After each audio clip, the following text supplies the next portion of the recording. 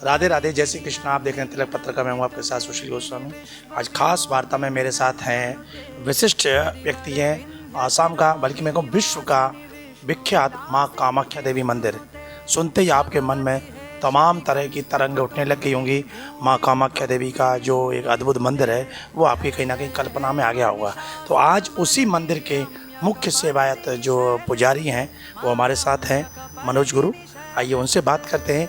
आज वो राधा माधव की दिव्य भूमि वृंदावन में दर्शनार्थ आए, उनसे जाने कैसा लगा ये राधा कृष्ण का क्रीड़ा भूमि वृंदावन।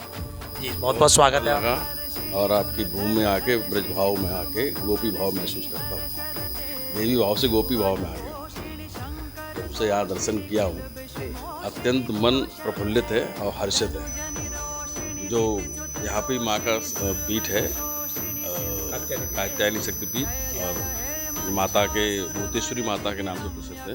तो वहाँ भी दर्शन करने की अभिलाषा थी कि माता का एक अंग यहाँ भी गिरा तो यहाँ भी दर्शन प्राप्त करें। अच्छा, तीर्थ कामाख्या देवी वो भी एक तीर्थ ही है। श्रद्धालु आते हैं, इष्ट की उपासना करते हैं। ये ब्रज है, ये भी राधा माधव का तीर्थ है। तो कैसा यहाँ पर थोड़ा आपको अलग दिखाई देता है?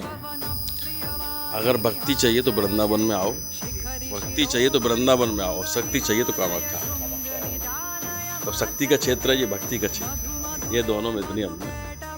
तो आप यहाँ पहली बार आए हैं या पूर्व में भी आ चुके हैं? एक दो बार आ चुका हूँ, ऐसा नहीं है कि नहीं आ चुका हूँ, लेकिन जो आज अलग इस फीलिंग हुई है, जो अनुभूति हुई है, वो अलग है। क्या अनुभूति है, जरा अगर बताने योग्य आप समझ रहे हो, कोई ऐसा अंतर्मन का भाव ना हो? मैं तो शक्ति का उपासक हूँ, लेकिन अब की बार यहाँ के भक्ति भाव महसूस किया। जो गोपी भाव होता है वही महसूस किया कि जो यहाँ की परंपरा है या यहाँ की जो वाइब्रेशन है वो महसूस की। गोपी भाव मिलना बहुत दुर्लभ है, उसके बारे में बहुत लोग उपासना करते हैं। भगवान गोपेश्वर नाथ जो है उनको भी बड़ी मुश्किल से ये गोपी मिला, महाराष्ट्र के दर्शन हुए। तो ये सब कैसे आपके मन में ये भावना आई, कहाँ से ये आपको विचार आया जो आप फिर सीधे शक्ति के चित्र से और माधुर्य की भूमि में, प्रेम की भूमि में आए और ये सब आपके अंदर आने लगे भाव? शक्ति और भक्ति दोनों एक सिक्के के पहलू हैं। मैं शक्ति क्षेत्र से आया हूँ और भक्ति के क्षेत्र में प्रवेश कर गया। तो एक चरण होता है कि अब इसके बाद ये चरण आएगा, इसके बाद ये चरण आया। तो पहले शक्ति लो फिर भक्ति। हाँ, कभी कभी क्या होता है, पहले भक्ति शक्ति मिलती और हम लोगों को भक्ति शक्ति और फिर भक्ति मिलती। हम लोग उसी क्रम में चलते हैं जी। क्या खास बात है जो आपको एक आकर्षण के रूप में दिखी है? यहाँ आपस में जो प्रेम भावना है, जो बोलचाल का सहज भाव है, सहज भाव जिसे कहते हैं, बड़ा अद्भुत है। जब भी लगता है गुस्से भी बोलेगा तो प्यार से बोलेगा, तो जो प्यार झलकता है, रस जिसे कहते हैं रस भाव, वो अलग ही भी वो महसूस किया।